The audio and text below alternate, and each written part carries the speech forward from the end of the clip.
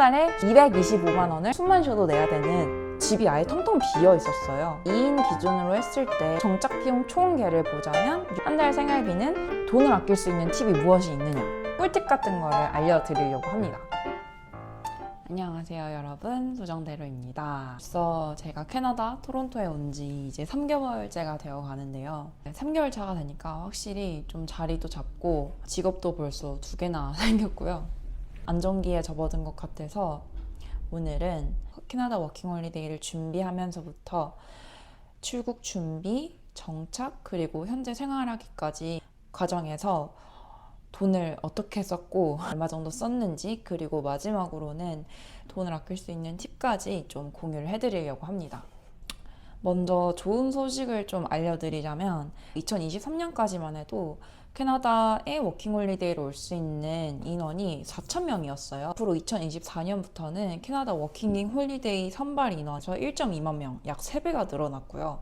그리고 원래 나이 제한이 만 30세까지여가지고 워홀이 20대에만 할 수 있는 혜택이었다고 하면은 내년부터는 만 35세로 나이 제한도 풀렸다고 해요. 오늘 캐나다 관련 워홀 영상 찍으려고 이런 티셔츠도, 캐나다 티셔츠를 오늘 영상을 위해서, 오늘 영상에서는 제가 워킹홀리데이 준비부터 그리고 토론토에서 3개월 동안 지내면서 실제 비용을 어느 정도 썼는지 참고용으로 알려드리는 거고요. 이게 또 시기에 따라서 개인의 소비관에 따라서 비용 차이는 크게 있을 수 있을 것 같아서 그냥 이 정도 들었다고 참고만 해주시면 될 것 같습니다. 오늘 영상을 시작하기 전에 지금 제가 살고 있는 집 그리고 그냥 생활 컨디션에 대해서 먼저 말씀을 좀 드릴게요. 저는 지금 혼자 와 있는 게 아니고 제 남자친구랑 토론토에 같이 와 있는 상태고요. 지역은 토론토 다운타운 쪽에 거주 중입니다. 만약에 똑같이 토론토로 오시더라도 조금 다운타운에서 떨어진 곳에 생활하신다면 제가 썼던 비용보다 조금 더 추가되거나 아니면 조금 더 적어질 수 있다는 점 참고해 주시면 좋을 것 같고, 오늘 이제 월세라든지 관리비라든지 이런 것들도 영상에 포함이 될 텐데 저희는 콘도나 잔독 주택이 아닌 상가 건물의 꼭대기층에 있는 컨테이너 박스에서 생활을 하고 있어요. 뭔가 컨테이너 박스라고 하면은 뭐 집 같지 않은 집이 아닐 수도 있겠다 생각하실 수도 있지만 약 18평 정도에 되는 좀 꽤 넓은 집에 살고 있고요. 지금 거의 다 이제 세팅이 완료가 돼서 다음 영상으로 랜선 집들이 영상을 한번 찍어보도록 하겠습니다. 그리고 마지막으로 저희 커플 같은 경우는 최대한 아낄 수 있는 거는 아끼면서 즐길 수 있는 것들이나 저희가 충분히 좀 필요하다고 생각하는 것들에는 주저없이 돈을 쓰고 있습니다. 그래서 이 3가지를 좀 참고해 주시면서 오늘 영상을 봐주시면 좋을 것 같아요. 여기 조금 세세한 부분들이 많아서 내 컴퓨터 모니터를 보면서 영상을 찍는다는 점 참고해 주세요. 말씀드리는 모든 비용은 총 2인을 기준으로 선정이 되었습니다. 커플로 오시거나 뭐 친구랑 오시거나 또 형제분이랑 오시는 그렇게 2인 이상 토론토로 워킹홀리데이를 오시는 분들이 참고하시면 가장 좋을 것 같아요. 그럼 바로 비용으로 넘어가 보겠습니다. 지원 비용부터 먼저 시작을 해보겠습니다. 워홀 지원 비용으로는 저희는 총 110만 3,200원을 사용했는데요. 거기에 건강검진비가 42만원, IIC 참가비가 31만원, 워킹비자비가 20만원, 바이오메트릭비, 즉 생체 정보 등록이라는 걸 해야 되는데 그걸 서울 남대문역 쪽에 가서 해야 되더라고요. 그래서 그걸 등록하는 비용이 17만 원이 들었습니다. 이 바이오메트릭까지 모두 돈을 쓰셨다면 최종적으로 캐나다 워킹홀리데이를 올 수 있는 자격이 주어진 거겠죠? 저희는 이거 다음으로 바로 출국 준비를 시작을 했는데요. 출국 준비 비용이 총 335만 8,690원이 들었습니다. 앞으로의 비용 같은 경우는 이제 필수랑 선택 항목을 조금 나눠서 말씀을 드려볼게요. 저희가 출국 준비 비용은 총 241만 9,400원을 사용을 했는데요. 여기에는 편도 비행기표 193만 7천원, 이스타 비자 5만 4천원, 여행자 보험 남자친구가 20만 8,200원, 여자인 제가 22만 200원이 들었습니다. 편도 비행기표 같은 경우는 저희는 대한항공이랑 델타가 공동 운항하는 편도 비행기표를 탔고 직항이 아닌 미국 아틀란타를 경유하는 비행기표를 샀습니다. 그 다음에 선택 항목이 조금 많은데요. 선택 항목으로는 총 93만 9,290원이 들었습니다. 여기에 포함된 거는 추가 수화물이 하나 있었어가지고 13만 원, 캐리어랑 이민 가방 사는데 55만 1,000원 정도 들었고요. 생필품 같은 걸 좀 미리 사오면 좋을 것 같다고 생각해서 다이소랑 뭐 쿠팡이라든지 약국 이런 곳에서 생필품, 뭐 비상약을 구매를 했고 이걸로 한 25만 8,000원 정도를 사용을 했네요. 그래서 캐나다 출국 준비 비용으로는 335만 8,690원을 출국 준비 비용으로 사용했습니다. 그 다음에 이제 출국 준비까지 끝났으면 캐나다에 와서 정착을 해야겠죠. 정착 비용 또한 필수랑 선택 항목으로 나눠봤는데요. 필수 항목에서 소비가 많이 된 항목은 바로 임시숙소 비용인데요. 임시숙소 같은 경우는 뭐 캐스모나 캐나다 워홀 카페 같은 이제 한인 카페를 이용해서 알아보시는 분들도 있고, 근데 저희는 그냥 좀 편하게 에어비앤비로 사용을 했습니다. 에어비앤비 28박 기준으로 했고요. 다운타운에서 가까운 곳으로 예약을 해서 268만 8,930원. 거의 하루에 10만 원 정도 드는 숙소를 사용했습니다. 혼자 오시는 경우에는 한 집에 뭐 마스터룸이나 아니면 원베드룸을 쉐어하우스에서 렌트하시는 경우가 많은데, 근데 저희 같은 경우는 2명이기 때문에 단독 하우스를 원했고 260만 원 정도, 270만 원 정도의 비용이 들었던 거예요. 그 다음 필수 항목으로는 공항 리무진이 있는데 토론토 공항에서 저희 임시 숙소까지 카니발 픽업을 예약을 했고요. 그 다음은 휴대폰, 인터넷, 전기, 가스, 주거보험 요 항목들인데요. 이것도 미리 조금 말씀을 드리면 전기나 가스비, 수도세 같은 경우는 각 집마다 집 주인이 부담하는 것과 세입자가 부담하는 것이 나눠져 있어요. 그래서 이제 집을 보러 다니실 때 뭐 이 집은 가스비는 세입자가 내야 되고 뭐 물이랑 전기는 집 주인이 낸다. 아니면 뭐 모든 걸 다 세입자가 내야 된다. 아니면 모든 걸 다 집주인이 내야 된다. 이런 항목들이 조금씩 다르기 때문에 개인차가 분명히 있을 것 같아요. 근데 저희 같은 경우는 수도세를 제외하고 전기세랑 가스비 같은 경우는 모두 저희가 부담을 해야 됐고, 제일 처음에 이 전기세랑 가스비를 내려고 하면 그 기간에 등록할 때 드는 가입비가 있더라고요. 그 가입비가 가스바입비가 28,000원, 전기기관 가입비가 39,000원, 그리고 주거보험비 같은 경우는 1년짜리 보험인데 예를 들면 뭐 여기에 불이 난다거나 뭐 시설이 뭔가 무너진다거나 그랬을 때 보상받을 수 있는 보험비고, 이것도 세입자가 내게 되어 있습니다. 그래서 여기에서 20만 5,920원을 썼고, 비품 구매비, 맞아요. 비품 구매비라는 거는 정말 뭐 그릇, 칼, 뭐 청소 도구, 뭐 수건, 이런 뭐 키친타월, 휴지 이런 비품들이 이제 많이 필요하기 때문에 여기에서 64만 원 정도를 사용을 했습니다. 그래서 이렇게 필수 항목으로는 384만 1,533원을 지출을 했고요.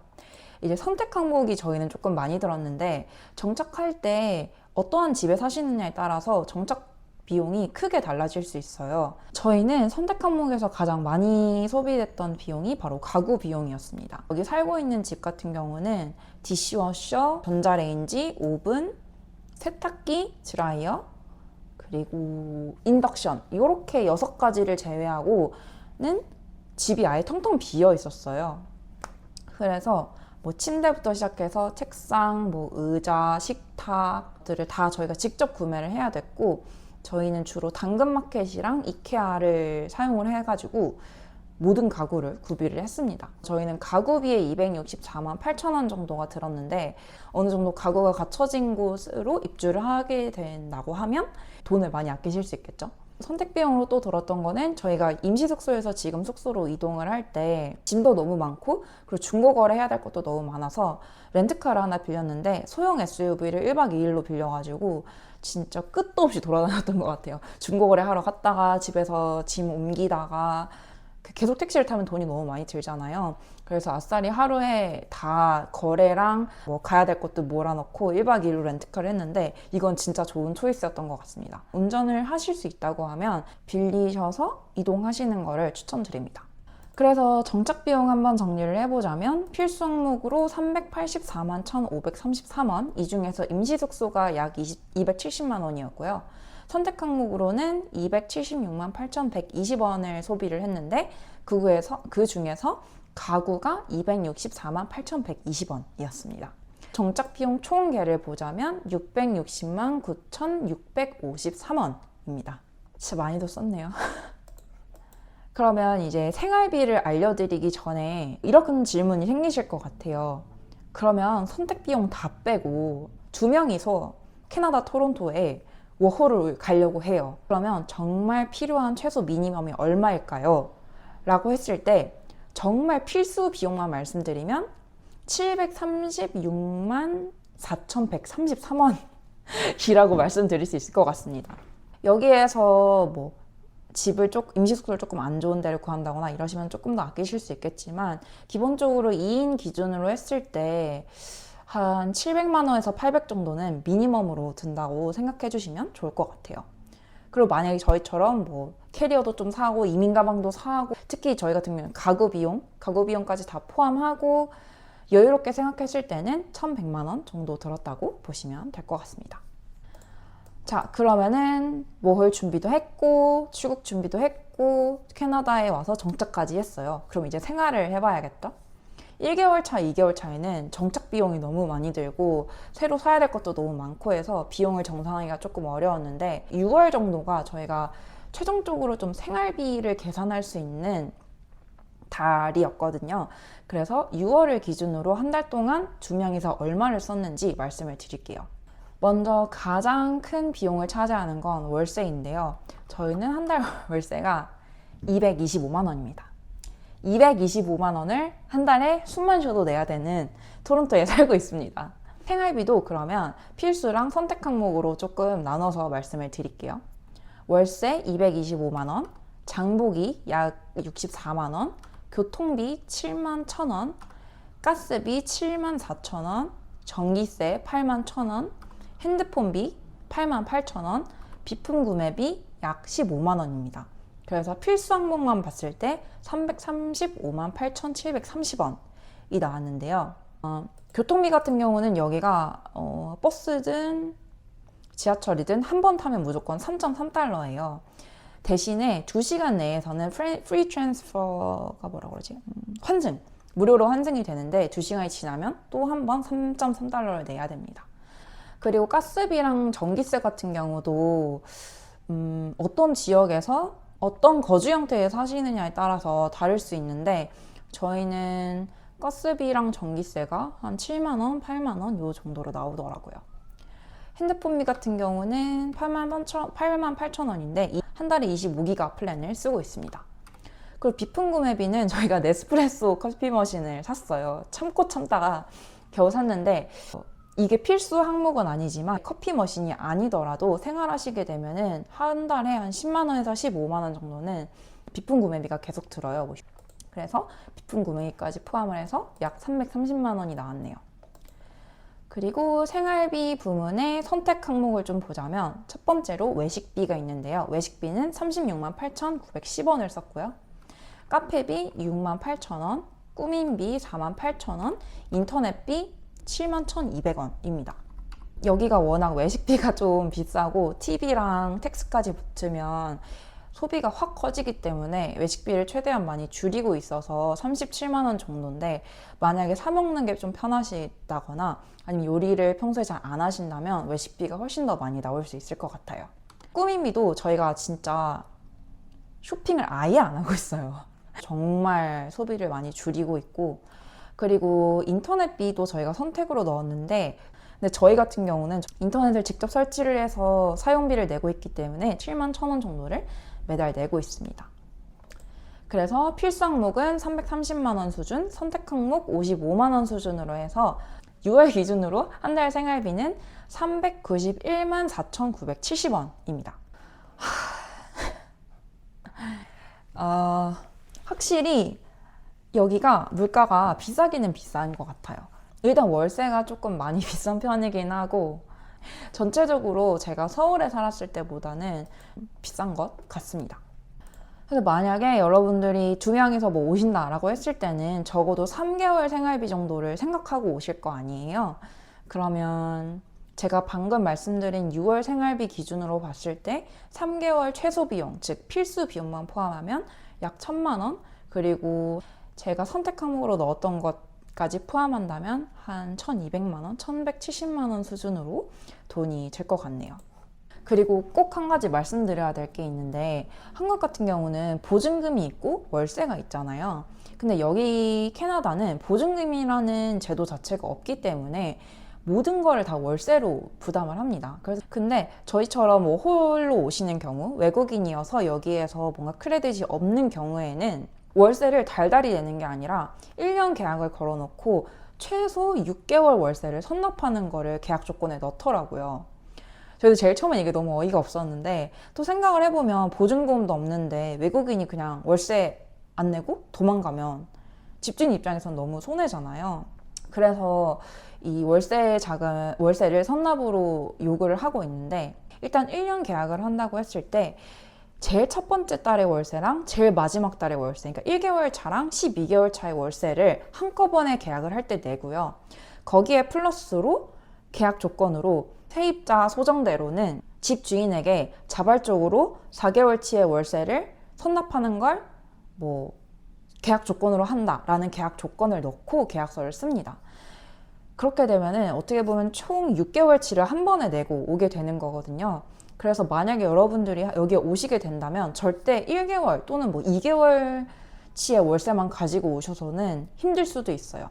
이건 물론 단독 하우스 또는 그러니까 단독 집일 때만 해당이 되는 상황이긴 한데, 저희 같은 경우는 그래서 6개월치를 선납을 해야 했고, 이것도 운이 좋은 편이라고 합니다. 그 부동산 에이전트 분한테 물어보니까 요즘에는 워낙 이제 이민자분들도 많고 외국인분들도 많다 보니까 월세를 12개월치를 아예 선납을 조건으로 하는 곳들도 많다고 해요. 특히 저희는 이제 뭐 상가 건물에 집이 있는 거지만 상대적으로 수요가 높은 콘도 같은 경우에는 월세 12개월치를 그냥 완납을 하고 1년을 사는 조건으로 요구하는 집주인들이 많다고 하니까요. 만약에 오시게 된다면 그 부분 참고하셔서 오면 좋을 것 같습니다. 자, 여러분 어떠신가요? 워홀 오고 싶으신가요? 제가 이걸 이야기를 하면서도 너무 비용이 많이 들어가지고 돈을 아낄 수 있는 팁이 무엇이 있느냐, 좀 꿀팁 같은 거를 알려드리려고 합니다. 첫 번째, 제일 처음에 정착을 하실 때 캐스모라는 카페를 많이 보시면 좋을 것 같아요. 근데 캐스모가 이제 캐나다를 사랑하는 모임인가? 무슨 이제 한인분들이 좀 많이 가입해 있으신 다음 카페인데, 여기에 다양한 프로모션들이 올라와요. 뭐 예를 들면은 진짜 뭐 중고 가구 같은 거 뭐 판매하셔야 되는 분들이라든지, 아니면 저희 인터넷 같은 경우도 저희는 직접 그 통신사에서 제공하는 요금제가 훨씬 더 싸게 가입을 했거든요. 이 벨 쪽에 근무하시는 분이 계신가 봐요. 그래서 그분을 통해서 프로모션을 했더니 기존에 한 120달러 정도 내야 되는 거를 65달러에 가입을 했거든요. 그래서 캐스모 카페를 보면서 다양한 프로모션이나 할인 혜택, 뭐 중고거래 이런 것들을 보시면 좋을 것 같아요. 그리고 두 번째로는 당근마켓을 적극적으로 활용하는 건데, 캐나다에도 당근마켓, 한국에 있는 당근마켓이 이미 출시를 있더라고요. 그래서 저희 같은 경우도 뭐 큰 책꽂이라든지 소파라든지 책상이랑 의자 같은 거를 굉장히 저렴하게 구매를 할 수 있었어요. 사실 당근마켓 말고도 페이스북이나 키지지라는 사이트도 있는데 여기에는 워낙 좀 스캠이 많고 좀 사기꾼들이 많은 것 같더라고요. 그래가지고 저희는 당근마켓을 이용했는데 단 한 번도 뭔가 사기당하거나 그런 적이 없었고, 신상 정보 털릴까봐 이러한 걱정이 없었어서 당근마켓을 적극 활용하시는 걸 추천드립니다. 그리고 두 번째로는 캐나다는 통신사도 진짜 많고 각 통신사마다 어떤 지역에서 잘 터지고 어떤 지역에서 잘 안 터지는 경우가 있어요. 요금제를 가입하시기 전에 어떤 지역에서 거주하실지를 먼저 보고 그 거주지에 어떠한 통신사가 커버리지가 좋은지 잘 터지는지를 확인하고 가입하시면 좋을 것 같습니다. 한국 같으면은 그냥 요금제 다른 통신사로 바꾸면 되지만 여기는 통신사를 바꾸면은 또 가입비가 들어요. 그래서 만약 요금제를 다른 통신사로 옮긴다고 했을 때는 또 가입비를 내고 또 요금제를 내야 되거든요. 그래서 저희 같은 경우도 이걸로 한 $100 정도 날려봤더니 그 돈이 너무 아까운 거예요. 그래서 여러분들은 꼭 지역의 커버리지를 먼저 확인하시고 요금제를 가입하시는 걸 추천드립니다.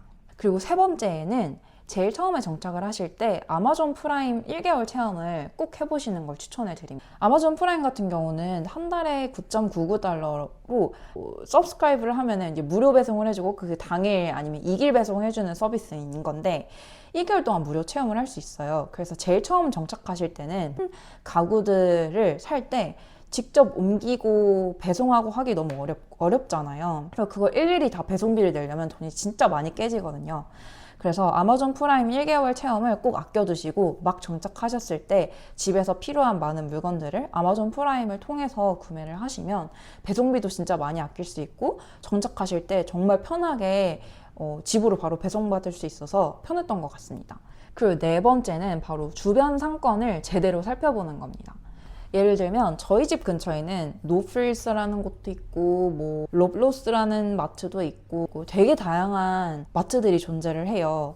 근데 똑같은 상품인데도 불구하고 $1, $2, 크게는 $4 이렇게까지 차이가 납니다. 똑같은 브랜드인데도 불구하고요. 최대한 그 거주하시는 지역에 다양한 마트를 가보시고 첫 번째로 물가를 판단을 해보시고 두 번째로는 어떤 상품들이 어떤 마트에서 싼지를 좀 경험을 해보시고 천차만별인 가격대의 기준점을 좀 잡으시고 장을 보시면은 일상에서 소소하게 돈을 많이 아끼실 수 있을 겁니다. 그리고 그 다음 팁은 저희가 이제 외식을 많이 하지 않고 주로 집밥을 먹는다고 했잖아요. 근데 집밥을 해 먹으시려면은 꼭 필요한 재료들이 있어요. 특히 한식을 자주 해 드신다면 뭐 고춧가루, 뭐 통깨, 참기름, 물엿, 올리고당 이런 것, 뭐 굴소스 요 정도 한 7, 8가지 재료들은 정말 어떤 요리를 해 먹든 다 필요하거든요. 그래서 저희 같은 경우는 그걸 한국에서 그냥 다 가져왔어요. 근데 사실 여기도 다 팔거든요. 한국보다 한 1.3배에서 1.5배까지 가격이 좀 비싸기 때문에 만약에 집밥을 많이 해 드실 거라면 그러한 좀 필수적인 재료들은 한국에서 가지고 오시는 것, 집밥을 해 먹는다는 건 일단 외식비를 줄 수 있다는 거고, 외식비를 줄 수 있다는 거는 캐나다 토론토에서 생활하면서 정말 많은 돈을 세이브할 수 있는 하나의 방법이거든요. 그래서 집밥을 해 드시는 것, 그리고 집밥을 하기 위해서 필요한 재료들을 미리 좀 구비하시는 것을 추천드립니다.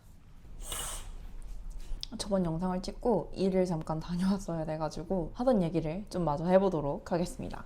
우선 이제 집밥으로 돈을 아끼는 방법을 말씀을 드렸는데, 외식을 하면서 바깥 음식을 먹으면서 돈을 아낄 수 있는 방법이 뭐가 있나 생각을 해보면 테이크아웃을 주로 해 먹는 건데요. 팁은 요즘 기본적으로 18%에서 시작을 하고 있어요. 뭐 $50짜리 밥을 먹었는데 막상 이제 비를 낼 때 되면은 $70 넘게 내는 게 이제 허다한 상황인데, 저희 같은 경우는 주로 테이크아웃을 많이 해 먹는데 텍스만 내고 또 팁은 나가지 않아서 그렇게도 조금 돈을 많이 아끼고 있고, 또 두 번째로는 이 어플들마다 서비스 피가 다르고 또 메뉴 가격도 다른 경우가 많아요. 뭐 도어대시라는 앱에서는 $20인데 구글맵에서는 $22고, 뭐 서비스비도 뭐 따로 나가는 어플들도 있고, 그렇다 보니까 만약에 급한 일정이 아니시라면 도어대시랑 구글맵 그리고 우버이츠 이렇게 세 어플을 한번 가격대를 비교를 해보시고 테이크아웃을 해서 집에서 드시면 확실히 직접 바깥에서 외식을 하는 것보다는 돈을 많이 아끼실 수 있습니다.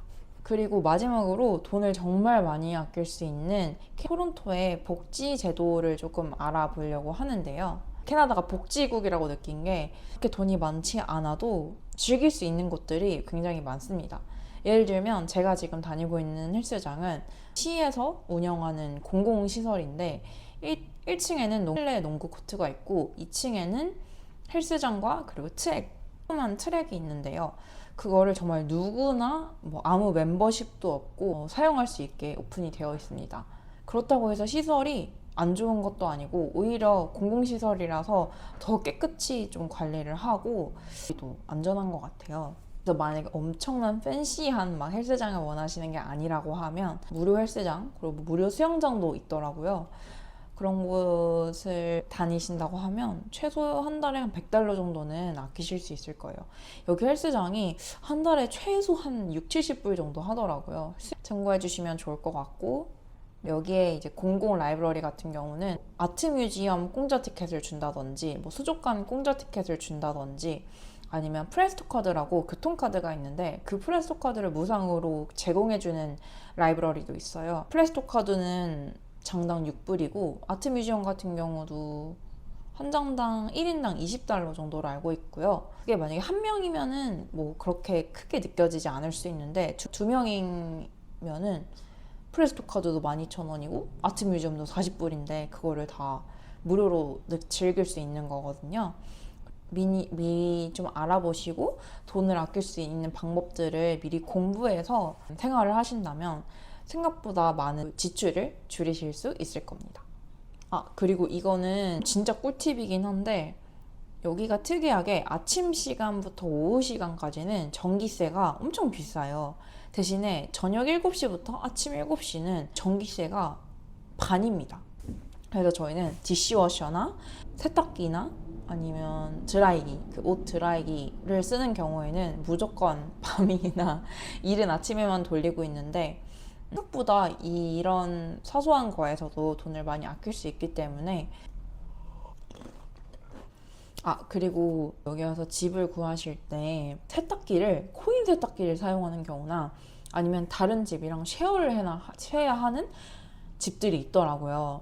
근데 코인 세탁기가 너무 비싸요. 아무리 적게 돌린다고 해도 한 번씩은 돌릴 거잖아요. 근데 세탁기 돌리는데 제가 3, 4불 정도 들고 드라이기 돌리는데도 3, 4불 정도 들기 때문에 일주일에 한 번 세탁기를 돌릴 때마다 6불, 7불씩 쓰기 너무 아깝잖아요.